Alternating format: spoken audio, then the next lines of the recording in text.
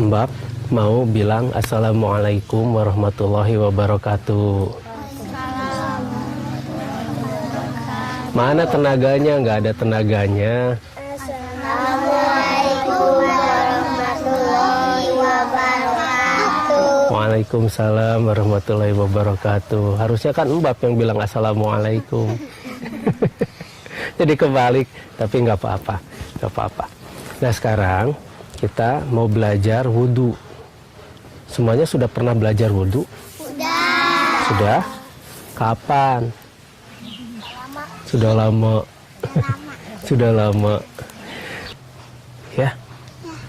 Kakak Iman nanti jadi contoh yang baik untuk berwudhu. Ya? Ya. Kalau gitu, nanti lihat Kakak Iman berwudhu ya.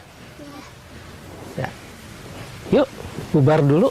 Kita lihat nanti Kakak Iman berwudhu. Ketika kita melakukan toharoh atau bersuci, sering kita lupa mengajarkan pada anak kita hal yang seharusnya ketika kita bersuci tersebut. Ketika kita mensucikan tangan kita, ketika kita mengusap tangan kita dengan air, baik dengan debu, ataupun dengan air hujan dan sebagainya. Nah, kenapa itu bisa semuanya dilakukan? Karena itu adalah bersuci, bukan bersih-bersih. Jadi ketika kita mensucikan tangan kita ajarkan pada anak kita itu berikrar pada Allah Subhanahu wa Ta'ala bahwa kita akan mensucikan tangan ini. Dan kita berjanji pada Allah Subhanahu wa Ta'ala bahwa kita hanya akan menggunakan tangan ini pada hal-hal yang benar-benar Allah ridhoi dan Allah kehendaki. Jadi sering kita bersuci tanpa kita memperhatikan makna dari ketika kita mensucikan tangan ini. Kita hanya bersih-bersih dan cepat begitu. Prosesnya sangat cepat. Nah, padahal makna dari toharohnya itulah yang harus kita berikan pada anak-anak kita. Nah, jadi kita sering lupa untuk mengajarkan pada anak kita bagaimana dengan tangan ini kita melakukan perbuatan-perbuatan yang benar-benar Allah kehendaki. Nah, ketika Allah memerintahkan kita untuk menggunakan tangan ini hanya untuk hal-hal yang baik-baik saja, kita sering sekali lupa. Orang tua saja sering lupa. Bahkan banyak sekali yang sholat tiap hari. Jadi guru ya? Iya. Jadi STMJ istilahnya lah. Sholat terus, maksiat jalan. Nah, kita suka lupa bahwa sebetulnya berwudu itu tidak sederhana seperti yang kita lihat. Dari mensucikan tangan saja, ini telapak tangan saja ketika kita sucikan, kita sudah berikrar pada Allah Subhanahu wa Ta'ala bahwa benar-benar tangan ini adalah tangan yang hanya akan dijalankan pada jalan Allah. Iya. Nah, dicontohkan sama Mas Iman, Sokman. Tangannya dulu saja, Mas Iman. Tangannya dulu, lihat. Ketika kita membersihkan tangan, kita itu bukan membersihkan secara bersih-bersih seperti ini. Tetapi kita ikrar. Nanti Mas Iman ikuti ya, kata-kata Mbak ya. Bismillahirrahmanirrahim. Bismillahirrahmanirrahim. Ya Allah ya Robbi, aku mensucikan tanganku ini. Dan aku berjanji tidak akan membawa tanganku ini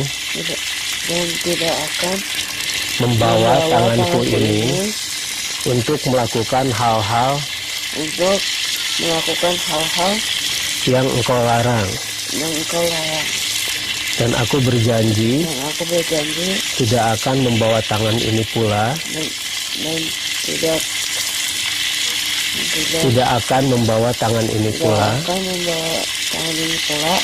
pada hal-hal seperti mencuri dan melakukan perbuatan-perbuatan kotor lainnya. Melakukan perbuatan kotor lainnya. Sekarang lihat, kita melihat ritual berwudu. Dengan kecepatannya sendiri mereka berwudu, bukan masalah cepat atau lambatnya, tapi memaknainya. Dan mengapa itu adalah simbol yang harus kita jalankan dan kita mengerti? Karena selama ini seolah-olah makna dari berwudu sendiri itu hilang. Dari bersuci itu ya kan? Iya, makna dari berwudu itu hilang, atau taharahnya itu hilang, atau bersucinya itu hilang. Selama ini akhirnya mereka semua cuma tinggal bersih-bersih saja. Bersih-bersih saja. Dan kemudian mereka masih tetap mengambil sesuatu yang bukan haknya. Kemudian mereka masih melakukan hal-hal yang merugikan orang lain dengan tangannya ini. Mereka mencatat segala sesuatu yang bersifat aib-aib pada orang lain. Aib seseorang mereka catat. Kemudian mereka ketik, mereka sebarkan. Itu baru dari tangan aja Mbak ceritanya. Baru tangan. Nah, sekarang untuk sementara kita membahas tangan dulu. Besok kita lanjutkan membahas mulut. Oke.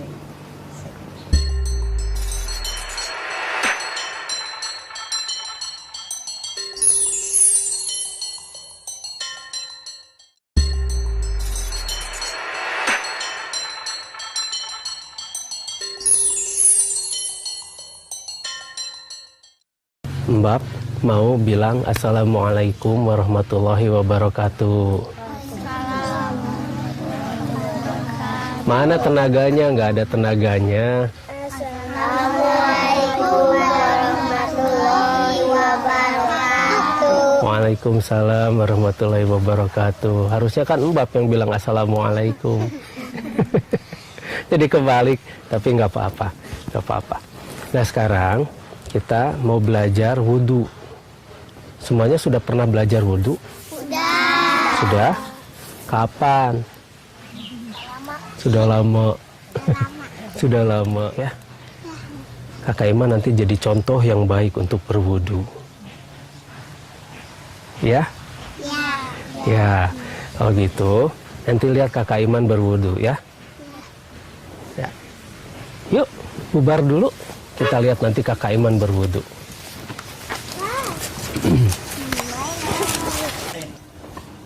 Nah sekarang mulut man.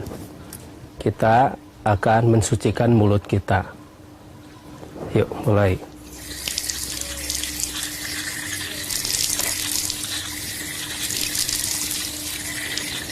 Nah sekarang ikuti kata-kata Mbak ya. Ya Allah ya Robi, aku mensucikan mulutku ini ya Allah. Aku berjanji tidak akan mengucapkan kata-kata kotor, kata-kata yang menyakitkan hati, dan semua kata-kata yang tidak engkau ridhoi.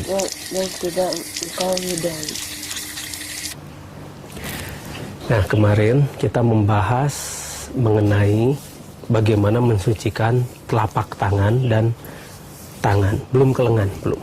Tapi baru telapak tangan yang kita pergunakan untuk hal-hal yang baik saja. Nah, sekarang kita mulai ke tahap kedua, mulut. Mulut. Nah, ketika kita berkumur, kita jarang sekali memberi contoh pada anak kita untuk mensucikan mulut kita.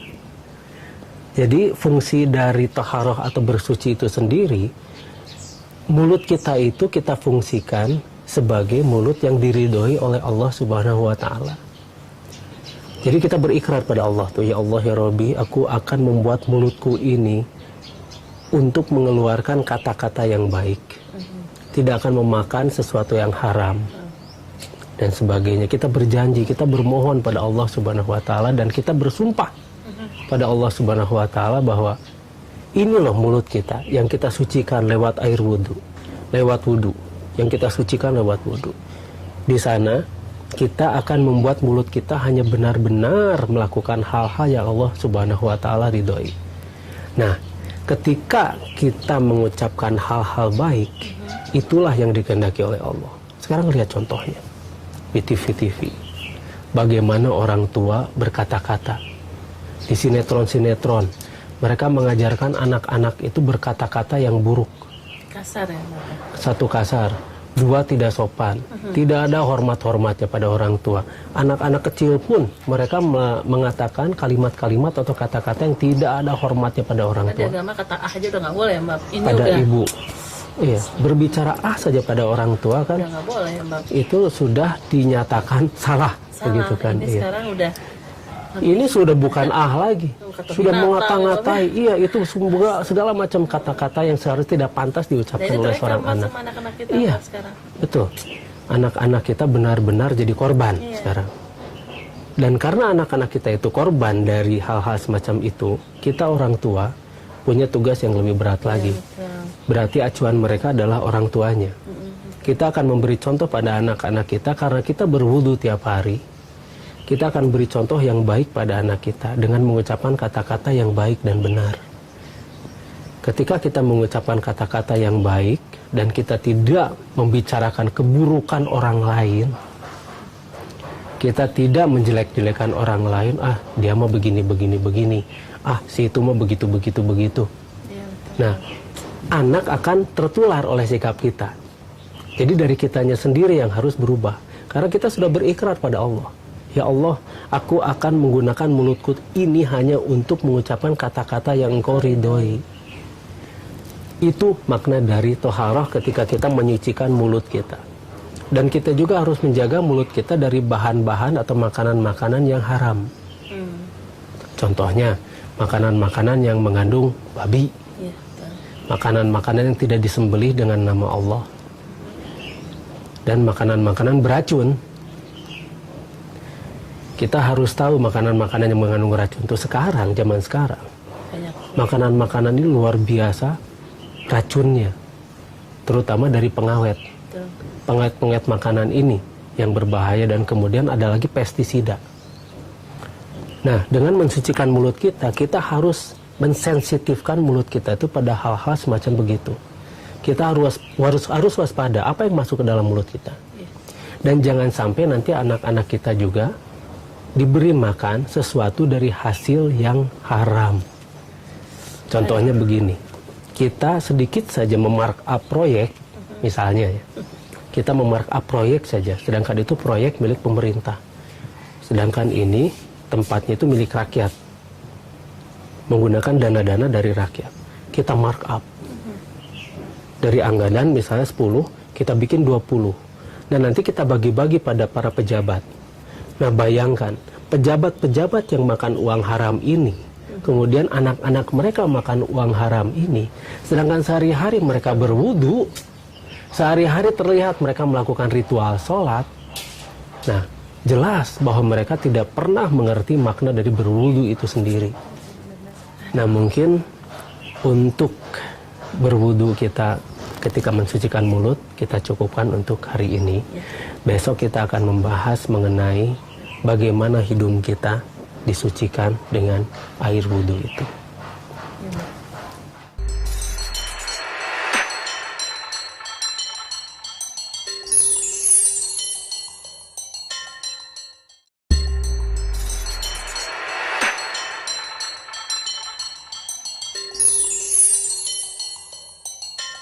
Mbak mau bilang assalamualaikum warahmatullahi wabarakatuh. Mana tenaganya? Nggak ada tenaganya. Assalamualaikum warahmatullahi wabarakatuh. Waalaikumsalam warahmatullahi wabarakatuh. Harusnya kan Mbak yang bilang assalamualaikum. Jadi kebalik, tapi nggak apa-apa, nggak apa-apa. Nah sekarang kita mau belajar wudhu. Semuanya sudah pernah belajar wudhu?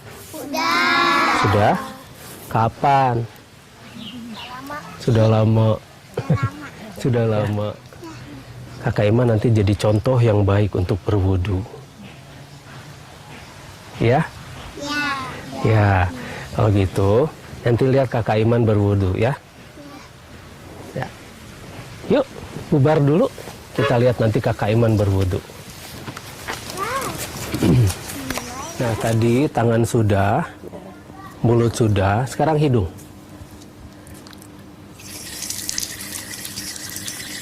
Sekarang hidung.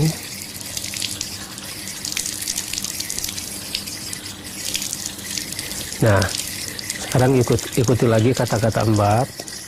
Ya Allah ya Robi, Ya Allah ya Rabbi, aku tidak akan menggunakan aku tidak akan menggunakan hidungku ini hidungku ini untuk untuk mencium mencium aib orang lain. aib. Sekali lagi, ya Allah ya Robi, Ya Allah ya Rabbi, aku mensucikan hidungku ini aku mensucikan hidungku ini dan aku berjanji dan aku berjanji tidak akan tidak akan membuat hidung ini membuat hidung ini mencium mencium aib orang lain.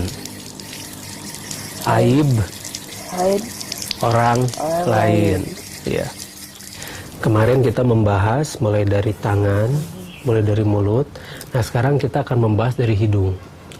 Ketika kita mensucikan hidung kita, kita berjanji pada Allah Subhanahu wa taala bahwa kita hanya menggunakan hidung kita untuk hal-hal yang baik. Kita tidak akan mencium aib orang lain. Kita itu paling tajam hidung kita itu. Istilah ya, karena hidung di sini itu adalah istilah. Paling tajam untuk mencium hal-hal buruk. mencium hal-hal buruk. Mencium hal-hal buruk yang merupakan hal-hal yang sebetulnya tidak berhak kita ketahui. Ya contohnya, misalnya kita mencium tetangga kita itu sedang hendak bercerai. Kemudian kita mencium hal-hal yang buruk mengenai si A. Dia misalnya seorang pencuri. Pencuri dalam artian dia korupsi, misalnya begitu. Kemudian si B, kita mencium bahwa dia itu adalah orang yang tukang kawin, misalnya begitu kan. Adanya maafnya istilah tukang kawin. Iya, tukang kawin. Kadang tukang kawin maafnya. Iya, ada ahli-ahlinya gitu kan. Ahli kawin, tapi ahli cerai lagi gitu. Ada yang begitu. Nah, hal-hal ini yang jauh dari taharoh itu. Jadi ketika kita bertaharoh, kita mensucikan hidung kita, kita akan selalu menggunakan penciuman kita itu pada hal-hal yang baik. Kita akan mencium hal-hal yang baik. Misalnya, kalau misal kita terbiasa dengan alam, kalau kita terbiasa bersatu dengan alam, kita akan mampu membedakan antara pohon yang beracun dengan pohon yang tidak beracun.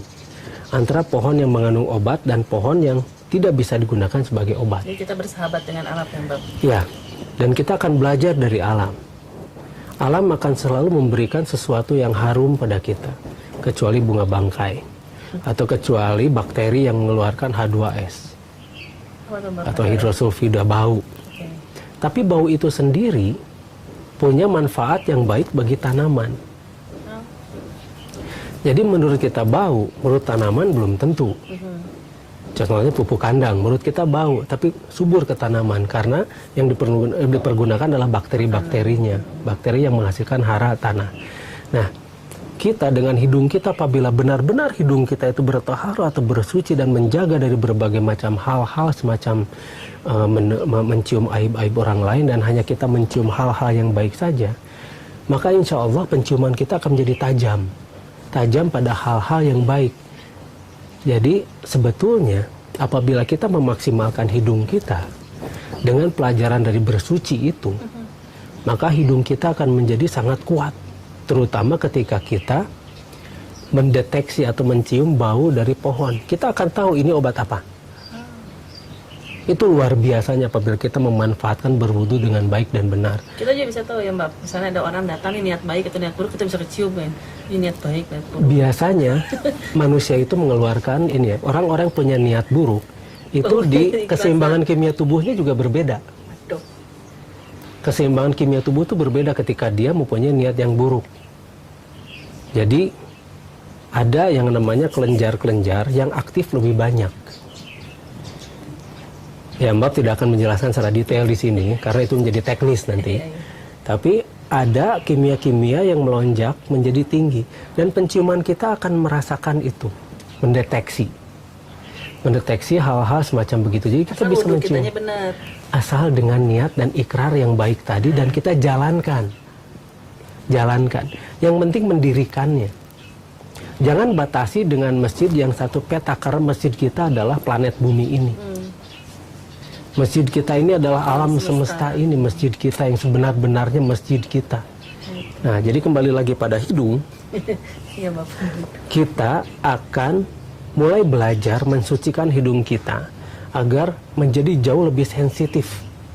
Sensitif pada hal-hal yang baik-baik, dan kita akan mengetahui hal-hal yang buruk itu menjadi saringan-saringan. Nah, insya Allah besok kita akan membahas mengenai wajah. Wajah.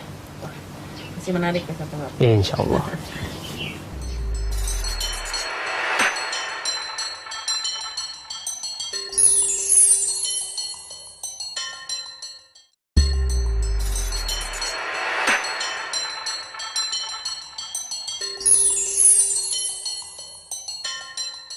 Mbak mau bilang Assalamualaikum warahmatullahi wabarakatuh.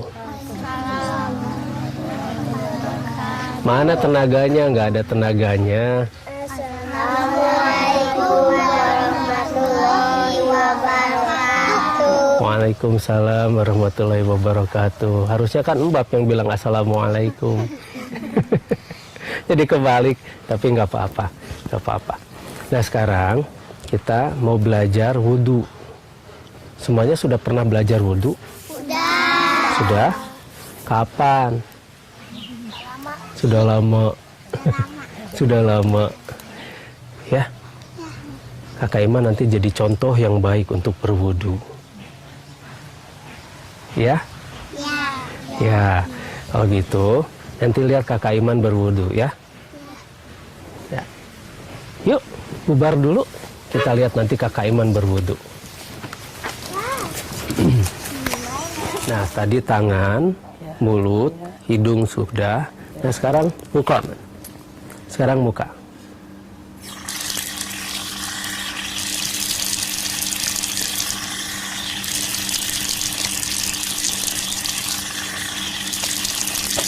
Nah, ikuti kata-kata Mbak ya. Ya Allah ya Robi, Ya Allah ya Nabi, aku mensucikan mukaku ini aku mensucikan mukaku ini dan aku berjanji dan aku berjanji agar semua seri wajah ini wajah ini menyejukkan menunjukkan umatmu ya Allah, umatmu ya Allah, dan aku berjanji tidak akan membuat wajah ini menyakiti hati orang lain, menyakiti hati orang lain. Nah, kemarin kita membahas mengenai hidung. Sekarang kita akan membahas mengenai bagaimana mensucikan wajah kita. Bagaimana mensucikan wajah kita? Ketika kita berikrar pada Allah untuk mensucikan wajah kita. Sering kita lupa juga pada anak. Ketika bagaimana sebetulnya ketika kita berwudu mensucikan wajah. Kita mengambil air wudu, mensucikan wajah ini. Tetapi tanpa ikrar apapun. Hanya 3 kali selesai. Padahal seharusnya kita berikrar pada Allah dan kita berjanji kepada Allah ketika kita mengusap wajah ini. Ya Allah ya Robi, aku berjanji kepadamu ya Allah untuk mensucikan wajah ini, untuk memberikan seri yang baik wajah ini pada umat. Nah, sering kita bermasam wajah, bermasam wajah, cemberut. Kemudian wajah kita itu ditekuk-tekuk sedemikian rupa. Apalagi sekali lagi ketika kita melihat sinetron-sinetron ya. Ketika marah itu diperlihatkan. Kebencian itu diperlihatkan. Dan muka antagonis dan muka protagonis itu diperlihatkan secara nyata. Padahal kita itu diajarkan untuk membuat wajah kita senyaman mungkin dilihat oleh orang lain. Bukan mengerikan, Bapak. Bukan. Dan kita membuat wajah kita itu tidak mengundang fitnah. Tidak mengundang fitnah. Maksudnya, Iya. Bapak? Jadi begini, kita sering diam dengan berpikir dan melihat orang lain begitu. Melihat begitu, padahal di sini kita lagi melamun. Tapi kita tidak tanpa sadar kita melihat ke wajah seseorang begini. Nah, pasti orang itu menyangka ini orang kesel sama kita ya. Ini orang benci sepertinya sama kita. Padahal pikiran kita sedang melayang kemana. Iya, sedang nggak jelas kemana ini. Mungkin kita sedang frustrasi dan sebagainya. Nah, di sana yang harus kita jaga. Jadi jangan membuat fitnah orang. Jangan membuat fitnah dengan seri wajah kita. Jadi usahakan wajah kita itu menjadi sarana ibadah kita. Beri pada orang lain itu senyum begitu kan. Jadi ya. orang nyaman di sebelah kita, iya, atau nyaman kepada betul, semua orang ya Mbak ya. Betul. Dan jangan juga kita melihat mereka itu begini. Jadi dengan wajah-wajah lagi banyak masalah gimana nih Mbak? Nah, justru itu. Banyak masalah itu seperti apa? Karena Allah memberikan pelajaran dan menggembleng kita dengan masalah. Ujian. Betul. Kita tuh digembleng dengan masalah. Berbagai macam masalah pasti diberikan pada kita. Betul. Untuk membuat kita menjadi jauh lebih kuat dari sebelumnya. Lebih dekat pada Allah. Lebih kuat, lebih dekat, dan otomatis kita lebih bisa memaklumi keadaan. Karena kita dilatih oleh Allah dengan hal-hal yang semacam begitu. Kita anggap itu masalah. Satu sisi. Iya, betul. Satu sisi dari sisi kita, subjektif. Masalah itu adalah gemblengan-gemblengan dari Sang Maha Kuasa pada kita. Tapi kita jangan cari masalah. Tapi kalau masalah datang pada kita, kita jangan hindari. Tapi tetap, kita mengatasi masalah itu jangan dengan masalah lagi. Kita mengatasi masalah dengan antisipasi. Semua masalah itu ada antisipasinya. Asal kita tahu cara mengantisipasinya. Nah, itu nyambungnya dia. dengan berwudu itu kita mohon gitu Mbak. Jadi begini, wajah kita, meskipun wajah kita itu banyak masalah, jangan benturkan masalah kita pada orang tidak bermasalah dengan kita. Misalnya kita, iya, jadi begini. Dilibatkan maksudnya Mbak.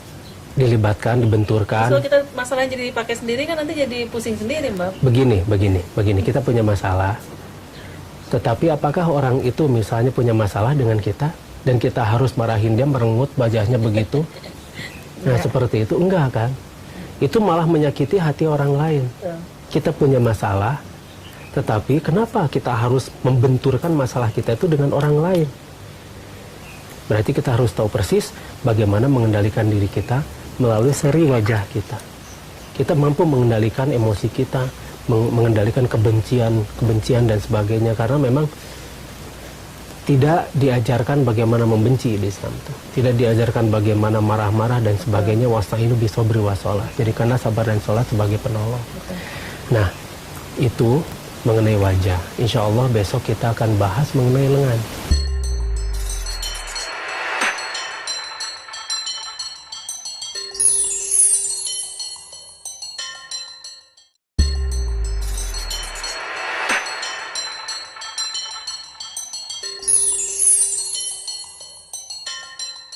Mbak mau bilang Assalamualaikum warahmatullahi wabarakatuh. Mana tenaganya? Nggak ada tenaganya. Assalamualaikum warahmatullahi wabarakatuh. Waalaikumsalam warahmatullahi wabarakatuh. Harusnya kan Mbak yang bilang Assalamualaikum. Jadi kebalik, tapi nggak apa-apa, nggak apa-apa. Nah sekarang kita mau belajar wudhu. Semuanya sudah pernah belajar wudhu? Sudah? Kapan? Sudah lama. Sudah lama. Ya. Kakak Iman nanti jadi contoh yang baik untuk berwudhu. Ya? Ya. Kalau gitu, nanti lihat Kakak Iman berwudhu ya. Ya. Yuk, bubar dulu. Kita lihat nanti Kakak Iman berwudhu. Nah tadi tangan, mulut, hidung, muka sudah, wajah ya sudah. Nah sekarang lengan. Lengan. Yuk mulai. Lengan sampai sikut ya. Sampai sikut. Sampai sikut. Awas sarungnya basah. Sampai sikut. Sambil ikuti kata-kata Mbak ya. Ya Allah ya Robbi. Allah ya Rabbi. Aku mensucikan lenganku ini Aku mensucikan lenganku ini dan aku berjanji dan aku berjanji tidak akan tidak akan menggunakan lengan ini menggunakan lengan ini mencuri mencuri atau atau melakukan tindakan-tindakan melakukan tindakan yang merugikan orang lain, seperti mencuri, menyakiti, membunuh, atau melakukan hal-hal yang tidak engkau ridhoi, atau melakukan hal-hal yang tidak engkau ridhoi, hal-hal yang tidak engkau ridhoi. Kemarin kita membahas sudah ke wajah ya. Nah sekarang kita akan membahas lengan dari siku lengan. Nah makna yang sebenarnya dari ketika kita membasuh lengan itu adalah kita akan mensucikan lengan kita agar membuat lengan ini benar-benar hanya berbuat di jalan Allah. Kadang-kadang kita sulit untuk melakukan hal itu, terutama ketika kita membela diri. Ya contohnya kita diserang, dan kemudian kita harus membalas dengan serangan-serangan lagi. Tapi beda ya. Tapi kadang-kadang kita suka kesal, emosi kita suka terpengaruh ketika kita melakukan perlawanan itu. Dan kita sering melakukan hal-hal yang berlebihan. Ketika kita membalas, kalau misalnya lawan belum sampai parah, nah ini sangat sulit. Nah makanya di sana dikatakan tentang wasta'inu bisobri wasolah, jadikanlah sabar dan sholat sebagai penolong. Ini benar-benar sebagai hal yang luar biasa yang Islam ajarkan pada kita. Sabar, definisi sabar adalah memaklumi segala sesuatu dengan permakluman yang tinggi. Karena kita mengerti apa yang kita lihat itu sebagai sesuatu hal yang memang harus benar-benar dimaklumi. Kita jangan samakan orang lain dengan diri sendiri. Contohnya ketika Rasulullah dilempari, Taif ya? Iya, di Taif, dia benar-benar sabar. Dia benar-benar memaklumi mereka. Dan dia dengan berbagai macam kesabarannya itu mengalah pada mereka. Coba kalau kita, belum tentu semampu itu. Bahkan mendoakan Rasulullah kan? Iya. Ketika malaikat menawarkan membalikan gunung, Rasulullah jangan. Nanti kalau misal mereka habis, saya akan beribadah atau berdakwah pada siapa lagi? Sulit. Saya nggak ada lawan. Kalau kita enggak ya Mbak Pe? Kalau kita mah balikin. Nah, justru ajaran Rasulullah itu tidak begitu. Ya, Dan dengan berwudu, benar-benar kita diajarkan untuk benar-benar sabar. Dan kita akan mensucikan lengan kita ini, agar benar-benar digunakan di jalan Allah. Jadi kita tidak akan menggunakan lengan ini untuk menyakiti orang lain. Misalnya, tiba-tiba kita mukul, kan suka begitu ya, kita sama teman-teman suka iseng. Apalagi kalau ada yang nyakitin, kayaknya rasanya pengen ngebales ya Mbak Pe? Pengen membalas begitu kan. Karena balas dendam itu enak. Enak ya Mbak Pe? Enak. Karena sakit hati ya enak kali Mbak. Sakit hati, marah, benci, sedih itu semua enak. Dan kita akan menggunakan lengan kita itu biasanya untuk membalas dendam. Membalas dendam. Bagaimanapun caranya membalas dendam. Padahal kita harus melihat segala sesuatu itu dengan objektif, itu yang Islam ajarkan. Ini yang berat. Jadi karena dengan kita berwudu dengan tangan dan memaknainya, malah kita tahu gitu tidak boleh kita membalasnya. Iya, membalas seperti ketika Sayyidina Ali hendak menebas lawannya dengan pedang, ketika lawannya itu meludahi tidak jadi kan. Iya. Lawannya bertanya, kenapa engkau tidak jadi membunuh? Karena aku membunuh bukan karena Allah, karena marah. Nah itu dia.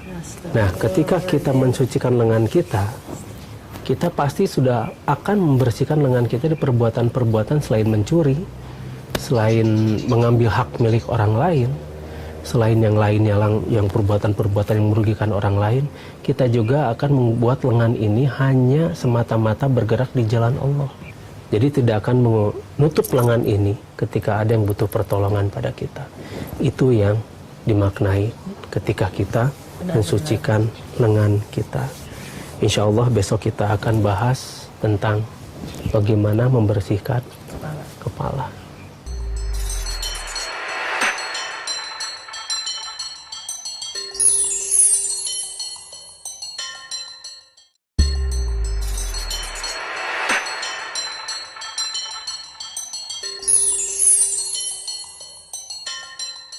Mbak mau bilang Assalamualaikum warahmatullahi wabarakatuh. Mana tenaganya? Nggak ada tenaganya. Assalamualaikum warahmatullahi wabarakatuh. Waalaikumsalam warahmatullahi wabarakatuh. Harusnya kan Mbak yang bilang Assalamualaikum. Jadi kebalik, tapi nggak apa-apa, nggak apa-apa. Nah sekarang kita mau belajar wudhu. Semuanya sudah pernah belajar wudhu? Sudah? Kapan? Sudah lama. Sudah lama. Ya. Kakak Iman nanti jadi contoh yang baik untuk berwudhu. Ya? Ya. Kalau gitu, nanti lihat Kakak Iman berwudhu ya. Ya. Yuk, bubar dulu. Kita lihat nanti Kakak Iman berwudhu.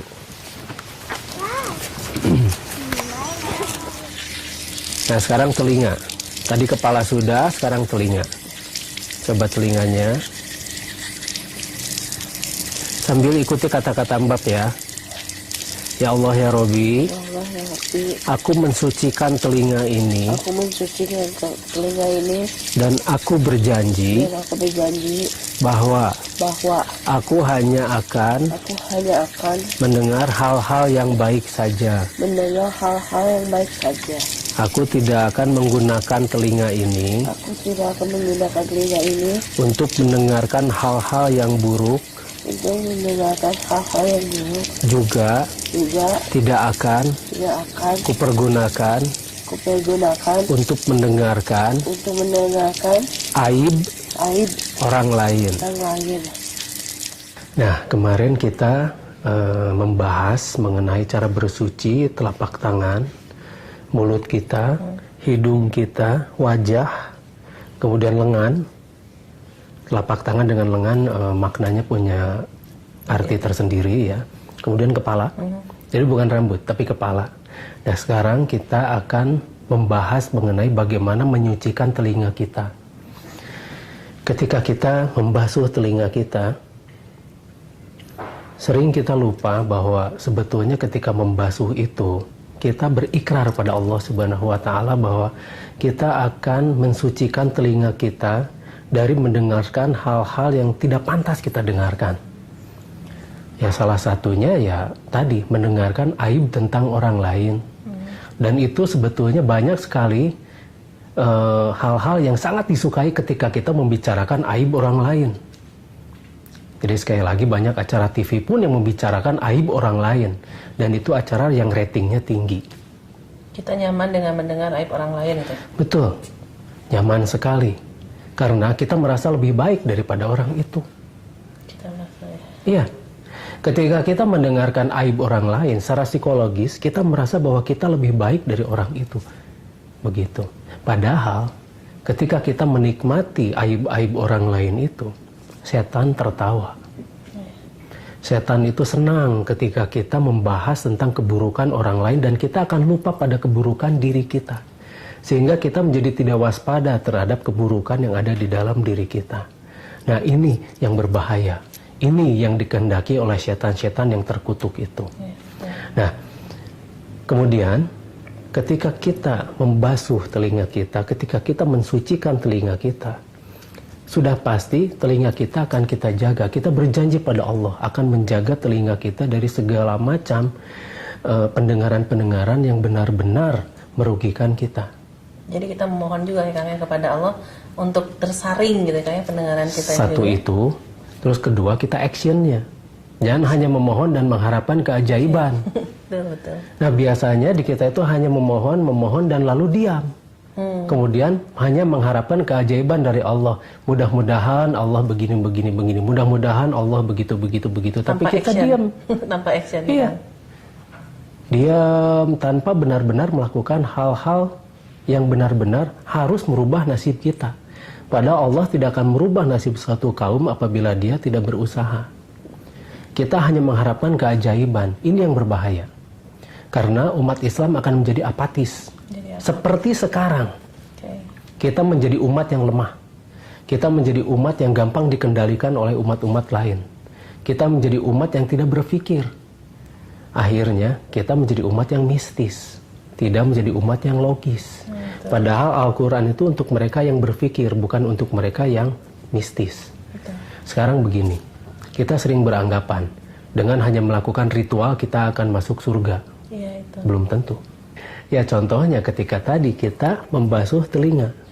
Ketika membasuh telinga, tanpa kita mengenal makna dari ketika membasuh telinga itu, kita bersumpah dan berjanji pada Allah Subhanahu wa Ta'ala untuk menjaga telinga kita dari berbagai macam hal-hal atau pendengaran-pendengaran dan mendengarkan hal-hal yang tidak berguna, tidak bermanfaat, hanya sekedar untuk gibah, hanya sekedar untuk mendengarkan sesuatu yang menyenangkan tapi tidak ada manfaatnya sama sekali, bahkan untuk mendengarkan hal-hal yang buruk tentang keburukan orang-orang lain. Dan kita lebih suka mendengarkan hal-hal yang kotor. Jadi sekali lagi ketika kita membasuh telinga kita, kita jangan lupa bahwa kita itu sedang berikrar pada Allah Subhanahu wa Ta'ala untuk mensucikan. Jadi bukan hanya sekedar membersihkan saja, tapi mensucikan sampai benar-benar kita menjaga pendengaran kita dari hal-hal yang tidak diridhoi oleh Allah Subhanahu wa Ta'ala. Jadi yang jelas, wudhu tidak terlihat mudah seperti yang terlihat. Untuk sementara kita pembahasan mengenai telinga. Nanti kita akan lanjutkan ke kaki. Jadi sekarang telinga kita sudahi dulu dengan suasana yang berbeda, tidak seperti kemarin. Nah insya Allah besok kita akan lanjutkan ke membahas kaki.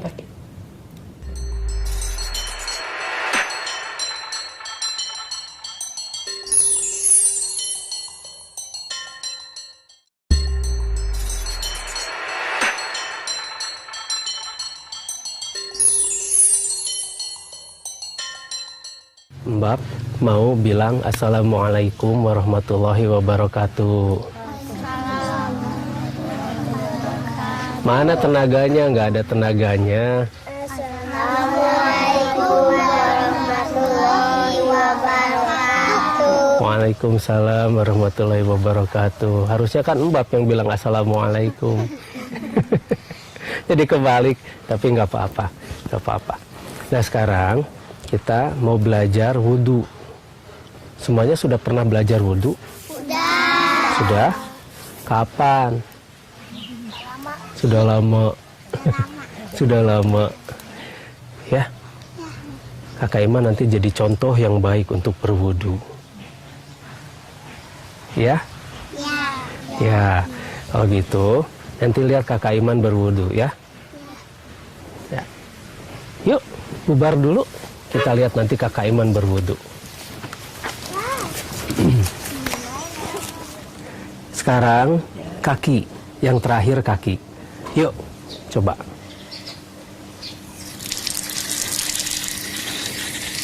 Sambil ikuti kata-kata Mbak ya. Ya Allah ya Robbi. Ya Allah ya Rabbi. Aku mensucikan kaki ini. Dan aku berjanji. Tidak akan melangkah.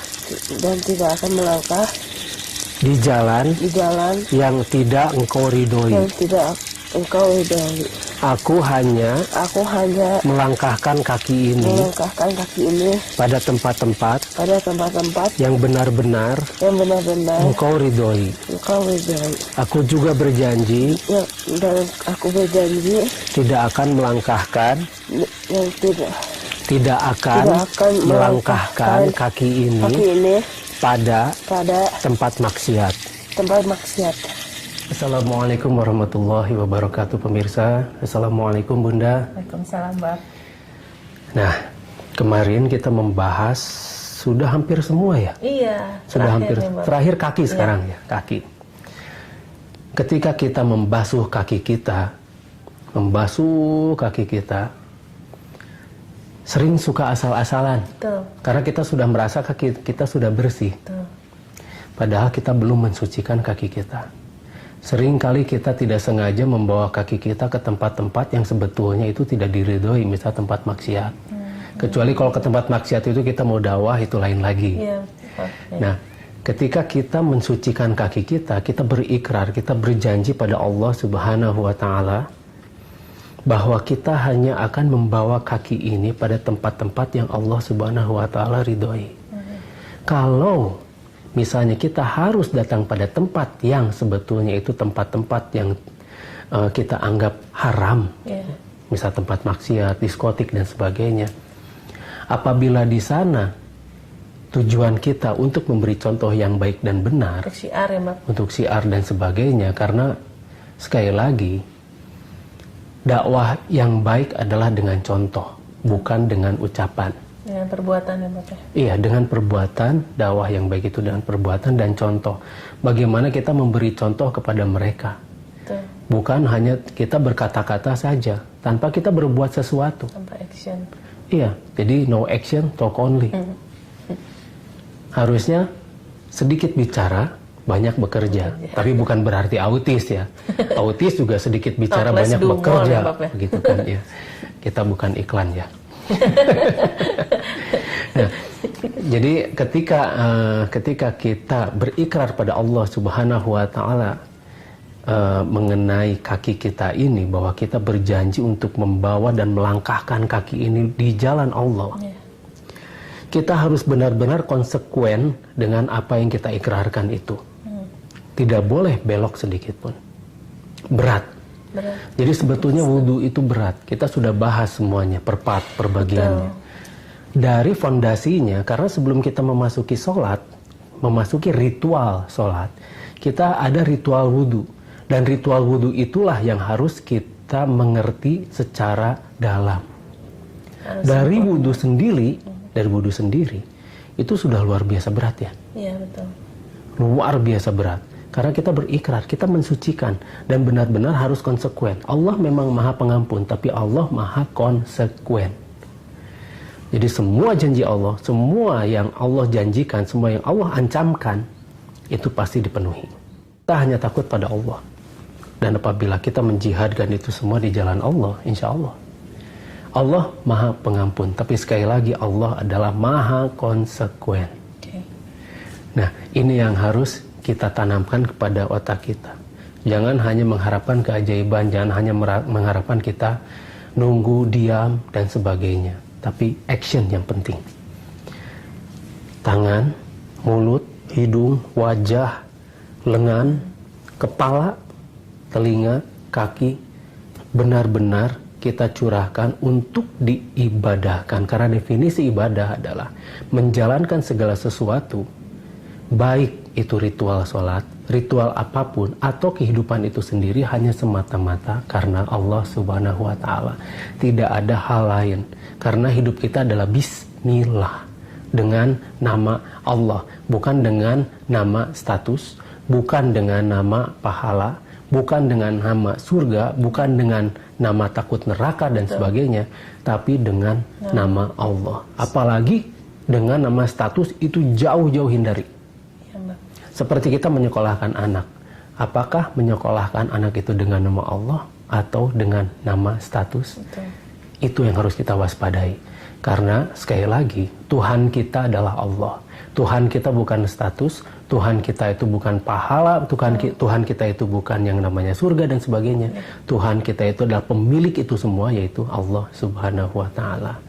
Jadi memang yang namanya berwudu adalah dasar atau fundamen sebelum kita memasuki ke ritual sholat. Insya Allah nanti besok kita akan bahas mengenai sholat itu sendiri. Alhamdulillah. Wassalamualaikum warahmatullahi wabarakatuh.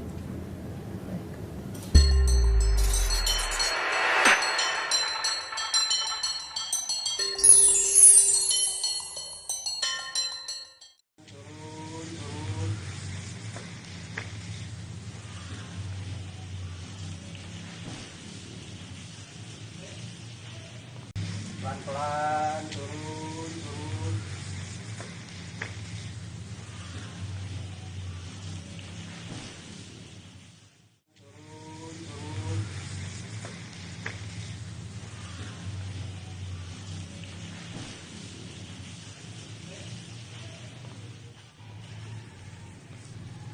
Jangan sampai jatuh, ya ininya juga lihat tangannya tinggi. Jangan ke belakang, sini. Yang depan, atas, putar seperti tadi. Perhatikan 1, 2, 3, terus 1. 1, 2, 3, turun. Stop. Kembali lagi ke. Sekarang depan, atas, putar seperti tadi. Perhatikan 1, 2, 3, terus 1. 1, 2, 3, turun. Stop. Kembali lagi ke.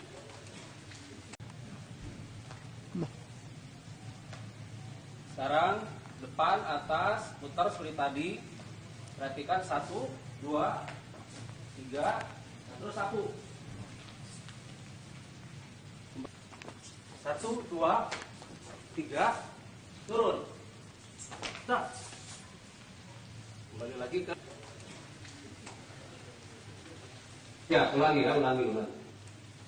Ya.